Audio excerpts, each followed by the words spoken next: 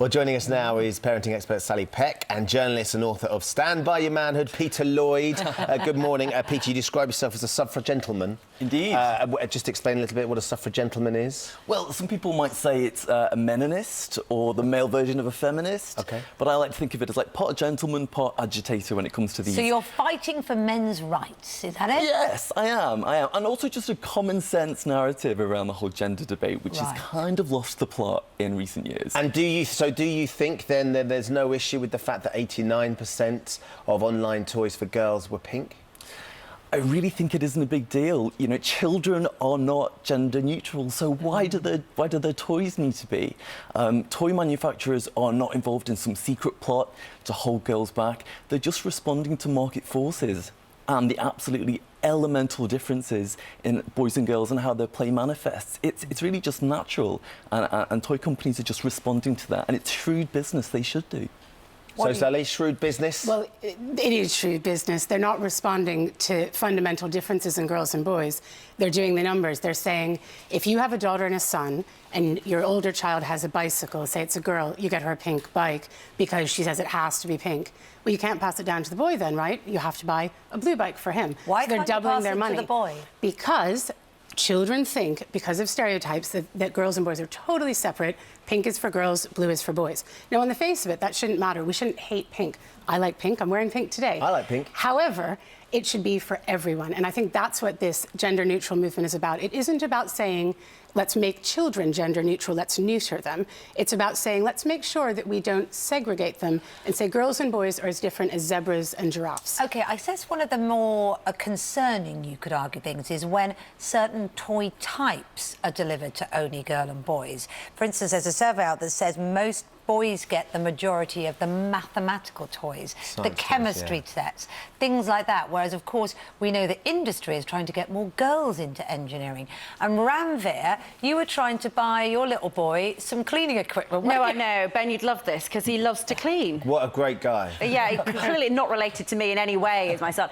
But no, I tried to get this, you know, sort of a broom and the, you know, the dustpan and all of that, the toy ones. Should have gotten the real ones, really, get him to do some real work. No, but I tried to get in the toy ones and I really struggled to find... They were all pink. Now, I don't know whether what you're saying is that's actually my problem. I should have just given him the pink set. But I did eventually find a blue set and that's the one he's got. And now I feel more comfortable with that. So you that's wouldn't have sort been of my comfortable problem, giving him isn't pink? it? So I wouldn't have given him a pink set, no. And they were stereotyping cleaning as essentially feminine, yes. Well, I guess is and the concern. they're doubling their money by saying to parents, you can only get a blue set if your boy wants to clean. And I guess what I would like to see is a yellow set or a red set, and to stop segregating things, because as the report that's out today suggests, if we segregate play is really important. It's when children start developing a sense of identity. Yeah. Part of that will be gender, part of that will be whether they're artistic, whatever. And they shouldn't be told through colour, through what they're learning at school, that they're so different. I mean, think about even the language we use is important.